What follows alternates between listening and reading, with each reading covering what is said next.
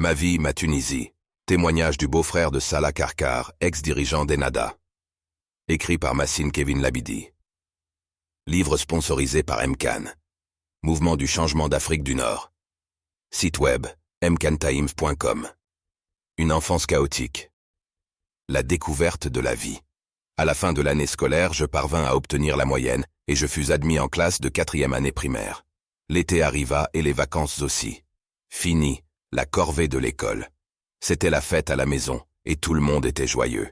Je me rappelle bien cet été de 1973 où je pus m'amuser pleinement. Baignade, jeux, promenade le soir sur les plages de la Goulette, Sidi Bou Saïd, Carthage ou Hammam Lif, rêverie à 1000 horizons. Souvent le matin, un ami de mon père passait en voiture avec sa fille qui avait le même âge que mes sœurs pour nous prendre et nous emmener à la mer. La baignade était un régal.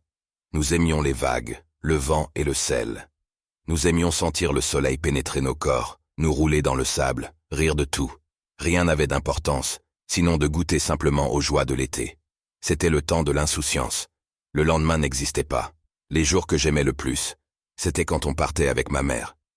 La veille, elle préparait tout ce qu'il fallait pour une longue journée à la plage.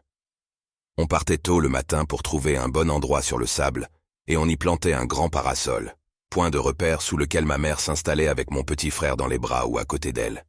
Mes sœurs se mettaient en bikini et allaient se balader. Quant à moi, je restais à jouer dans le sable avec mes frères sous l'œil attentif de ma mère. Son regard discret dans ma direction me procurait une sécurité et une protection qui m'accompagnaient toujours. Je sentais malgré cela une liberté totale, sans limite, comme la mer qui s'étendait jusqu'à l'horizon. Au retour, les soirées coulaient paisiblement dans un bain d'allégresse et d'affection partagée, comme dans n'importe quelle famille tunisienne ordinaire, un brin conservatrice. La rentrée des classes en septembre mit fin à nos jeux et à nos baignades régulières. Il fallait affronter de nouvelles réalités, parfaire notre formation intellectuelle. Pour ma sœur et moi, une école primaire vint ouvrir ses portes à 2 minutes de la maison, nous évitant un long trajet. L'école El Ferdaous. L'enseignement était partagé entre le français et l'arabe. J'avais une institutrice de français, avec laquelle j'entretenais d'excellents rapports. Mon instituteur d'arabe, un grand moustachu, arrivait tous les matins à bicyclette, droit sur sa selle comme s'il montait un cheval lors d'un concours hippique, puis il enlevait méticuleusement les pinces de ses bas de pantalon, prenait sa sacoche et filait dans la salle des professeurs. Lui, il ne m'appréciait guère, me jugeant d'une nature fainéante et rêveuse. Loin de me complimenter quand il en aurait eu l'occasion, il me traitait toujours de sot. Si celui-là parvient à quoi que ce soit, je veux bien quitter l'enseignement. Il est vrai que pendant les cours d'arabe, je passais le plus clair de mon temps à regarder par la fenêtre. L'univers était si envoûtant. Contrairement à la classe de français qui donnait sur la cour, les fenêtres de la classe d'arabe donnaient sur un vaste champ d'oliviers, avec quelques chèvres et moutons que je suivais des yeux. Mon esprit résonnait avec sa logique propre, très éloignée des critères conventionnels. Comment mon maître aurait-il pu déceler les visions dans lesquelles je continuais d'être plongé? Hormis les mathématiques où je me distinguais et l'autodictée et les récitations où j'étais le premier, l'arabe était ma bête noire. Mon maître convoqua plusieurs fois mes parents pour se plaindre et prendre avec eux des mesures sévères. Mais ce ne furent que des coups d'épée dans l'eau, car c'était ma mère qui s'occupait des convocations et tout ce qui concernait notre scolarité. Mon père ne venait jamais, il n'aurait même pas été au courant si elle ne lui avait pas parlé de mes problèmes. Et apparemment, il entendait à peine ce qu'elle lui disait. À la fin de l'année 1973, on s'apprêta à fêter le réveillon à la maison. Je ne me rappelais pas les réveillons des années précédentes, mais je compris que notre famille fêtait tous les ans le Nouvel An comme en Europe. Cette année-là allait être spéciale, car mon père avait décidé d'inviter ses amis à la maison au lieu de les rejoindre.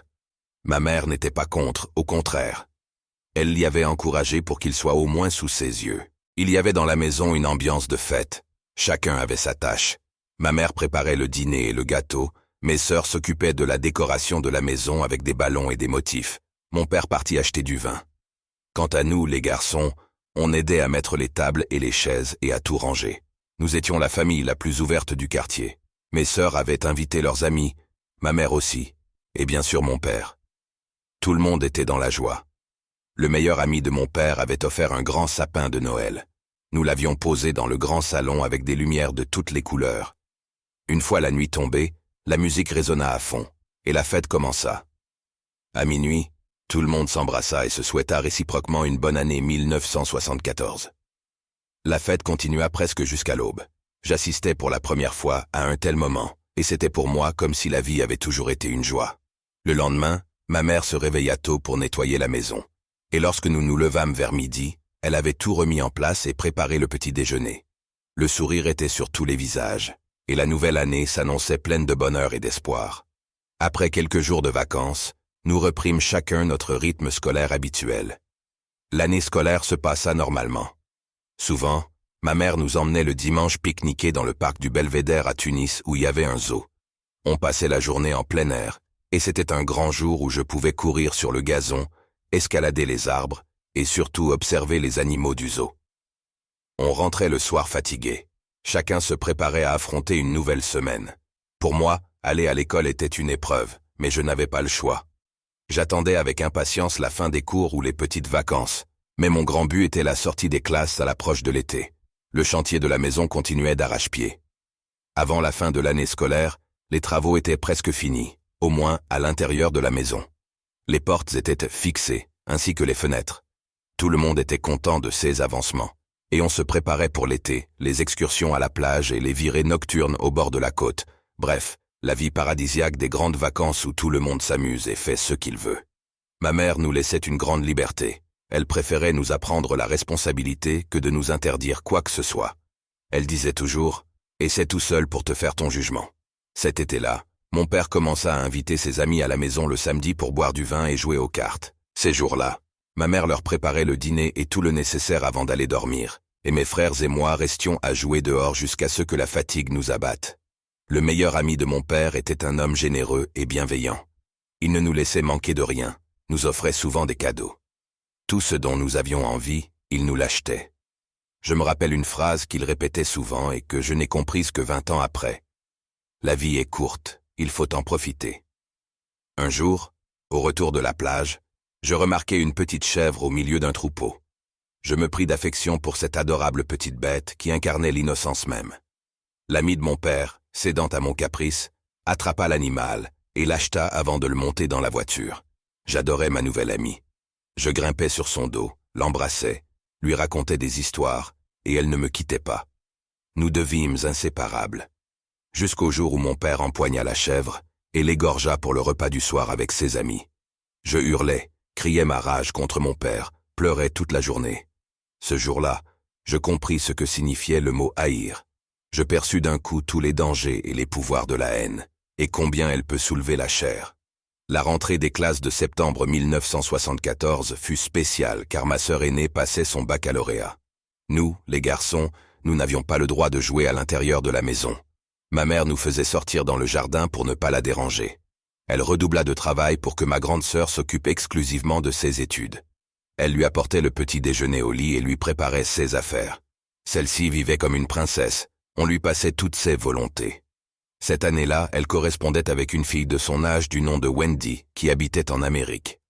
Elle attendait ses lettres avec impatience et me chargeait de regarder si le facteur était passé. Elle l'invita à passer quelques semaines chez nous pendant les vacances d'été. Ma mère n'était pas contre cette idée, et Wendy accepta. À l'approche des vacances, une tension anormale régnait à la maison. On attendait le résultat du bac pour ma grande sœur, et personne ne s'intéressait à moi, malgré les difficultés que j'avais surmontées en classe. Ma sœur aînée n'eut pas son bac. Ce fut un grand choc pour ma mère. Je vis son visage pâlir quand elle l'apprit, mais elle ne voulut pas montrer sa déception. « Ce n'est pas grave, dit-elle. Tu vas t'amuser cet été pour oublier le stress, et je veux que tu travailles bien dès la rentrée pour avoir ton diplôme l'année prochaine. Ta sœur le passera en même temps que toi, de sorte que ce sera une double joie. » Le jour de l'arrivée de la copine américaine, ma mère prépara son lit dans la chambre des filles, et mes deux sœurs aînées partirent la chercher à l'aéroport. Ce fut la joie quand elles revinrent avec elle. Elles passèrent toute la nuit à rigoler et à discuter dans leur chambre, et le lendemain elles partirent lui faire visiter Tunis. Elles parlaient entre elles en anglais, une langue que je ne comprenais bien sûr pas, mais je reconnaissais sur le visage épanoui de mes sœurs le plaisir évident de l'hospitalité tunisienne. On aurait cherché en vain entre elles et leur inviter une quelconque différence, que ce soit dans l'apparence, la tenue ou la mentalité. Toutes trois avaient été éduquées dans la même modernité. Wendy passa chez nous à peu près un mois, et je me souviens de l'atmosphère chagrine et des yeux humides de mes sœurs le jour de son départ. En plus des cadeaux qu'elle avait amenés, Wendy leur laissa en remerciement presque tous ses vêtements sexy.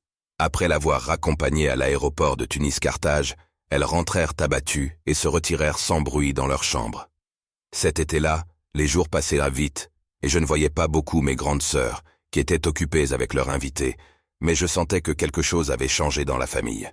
Il y avait désormais deux mondes, celui des grandes et celui des petits. C'était comme si elles n'étaient plus de notre monde. Elles avaient leurs occupations, sortèrent avec leurs amis et parfois les ramenaient à la maison, comme si leur monde était à part. Même pour les sorties à la plage, elles ne venaient plus avec nous. Du coup, j'avais plus de temps pour vaquer à mes propres rêves. Oui, cet été-là, chacun de nous commençait à grandir et à créer son propre monde. Mais ça ne dérangeait personne, au contraire. Nous restions soudés, et tout le monde était épanoui. En septembre 1975, je rentrais en classe de 5e année primaire. Cette année s'annonçait difficile pour moi, car ma deuxième sœur n'aurait plus le temps de s'occuper de moi, et donc de m'aider à rattraper mon retard. Je n'avais qu'à compter sur moi-même. Certes, ma mère s'occupait un peu de moi à la place de ma sœur, mais ce n'était pas pareil. Ma deuxième sœur me comprenait et avait la patience de m'expliquer tout avec calme et sagesse. Et parfois, elle jouait avec moi. Ma mère, c'était autre chose. Ses tâches ménagères ne lui laissaient pas beaucoup de temps. Tout ce qu'elle pouvait faire, c'était m'aider un peu le soir pour les cours de langue française. Quant à l'arabe, elle n'y connaissait rien puisqu'elle avait fait ses études chez les sœurs chrétiennes. En arabe, ma moyenne baissa très vite. Mon professeur me détesta encore plus, au point qu'il m'obligeait à m'asseoir au fond, ayant décrété qu'au fond de la classe, je pourrais en profiter pour dormir et me reposer. Au premier trimestre, j'eus moins que la moyenne. Mon père, furieux, me cria dessus en me traitant d'âne et se mit à me donner tous les soirs pour me punir un texte en français et un autre en arabe qu'il m'obligeait à recopier bêtement sans rien comprendre. Mon isolement face à cette situation tendue me poussa à me renfermer sur moi-même et je commençais à ne plus aimer personne. J'avais créé mes propres personnages dans ma tête, mes propres amis parmi les animaux. Au retour de l'école, je jetais mon cartable, me réfugiais dans la cave avec le chien et les poules et leur parlais. Puis, avant que mon père n'arrive, je montais en courant dans ma chambre ouvrir un livre et faisais semblant d'étudier. Il lui suffisait de me voir avec un livre ou un stylo à la main pour refermer la porte, croyant que j'étudiais.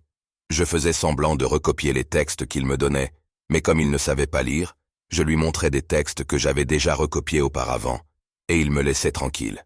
Les vacances d'hiver se rapprochaient, et avec elles le réveillon de fin d'année que j'attendais avec impatience. Cette année-là, la fête fut encore plus magnifique que l'année précédente, car notre maison était complètement finie, y compris la clôture de la maison. Ainsi, 2 ans de bonheur venaient de passer. Découvrez Ma vie, ma Tunisie, disponible en format papier et e-book sur lulu.com et amazon.com. Sinon, suivez le livre audio sur la chaîne et abonnez-vous pour recevoir toutes les nouveautés.